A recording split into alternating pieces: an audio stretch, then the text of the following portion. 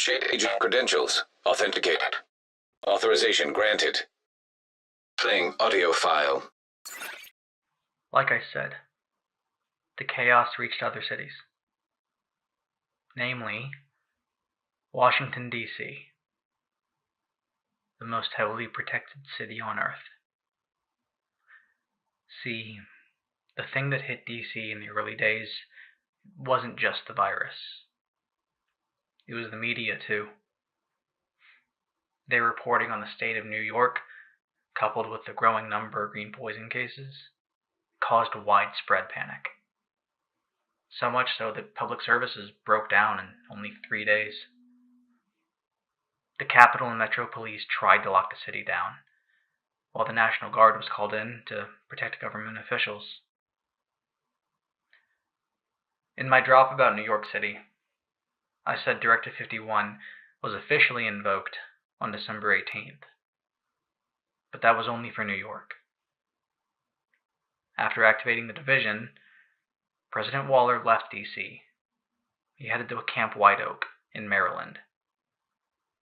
Now, it sounds cowardly, but I suppose when you're the president and you've got a nation to fix, you can't really take the risk of a Molotov cocktail breaking through your window. Things in D.C. moved slowly, but a gas and food shortage, along with multiple power outages, caused widespread looting and rioting. The D.C. agents were activated on January 3rd to try to deal with this, while high-level government officials retreated to secure hideouts across the country. The Capitol and Metro Police, along with the National Guard, took one out of New York's playbook and organized their own JTF. Meanwhile, Sarah and the National Park Service established a hasty quarantine zone on Roosevelt Island. This is where they'd transport the advanced cases of green poison. If any of you were in D.C., you know how this turned out. The conditions they had to live through were awful. Every facility was erected without thought. It was a nightmare for the medical team to navigate. The bodies in their makeshift morgue piled up higher and higher. Eventually, those people were left to rot. It almost makes me feel sorry for the poor bastards, knowing what they went through. Almost. Sarah also established a refugee camp at the Manning Institute Castle for anyone who just so happened to be on vacation when shit hit the fan. A safe haven for those out-of-towners who got stranded in the city when the lockdown went into effect.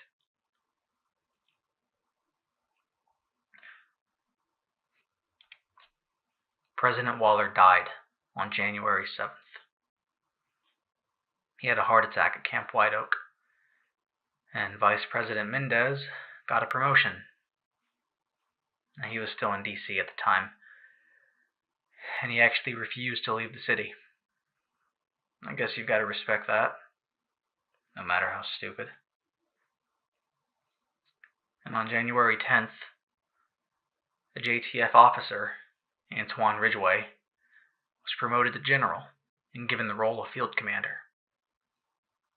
I'm not going to sugarcoat it. He started brutally cracking down on riots and mobs. He got ruthless. He even ordered a few executions. I guess that little extra weight on his collar twisted his mind. I don't know. But the rest of January rolled through without much change. Civilian communications eventually went offline, and the infrastructure in the city continued to erode. But some distribution centers and JTF camps in the south of D.C. were able to help maintain order for a time. But by early February, the military was crippled beyond all function. Broken chains of command, widespread desertions, and the death count rose higher due to either disease or wars of attrition. International trade shut down, and it threw every local economy into a tailspin. and that food and gas shortage was quickly becoming a crisis with no easy solution.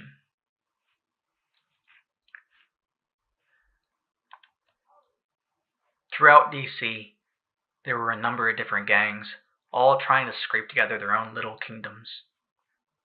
They'd fight between each other as much as with the JTF, but in mid-February, the unexpected happened.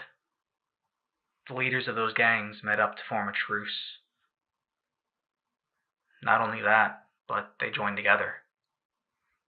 They formed a loose confederation of gangs known as the Hyenas. And they set up shop in the District Union Arena. Now that they weren't killing each other, at least not as much as they were, they became a much bigger problem for the JTF. Throughout February, Ridgway's tactics and him enforcing forced quarantines became a big problem for the JTF. They arrested him, court-martialed him, and locked him away. But that didn't last long. A faction of soldiers, those who were still loyal to him, broke him out and separated from the JTF altogether. They started calling themselves the True Sons of Liberty. So that's 2 rising factions in the city at this point, if we're keeping count.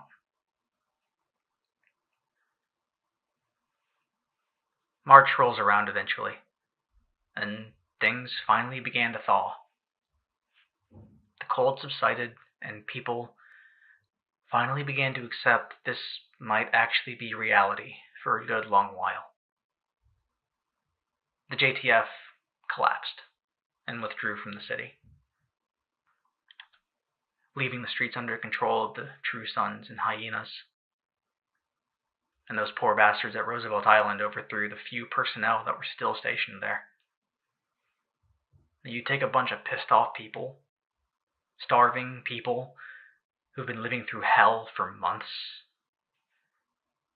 and you get a group of fanatics who want nothing but revenge.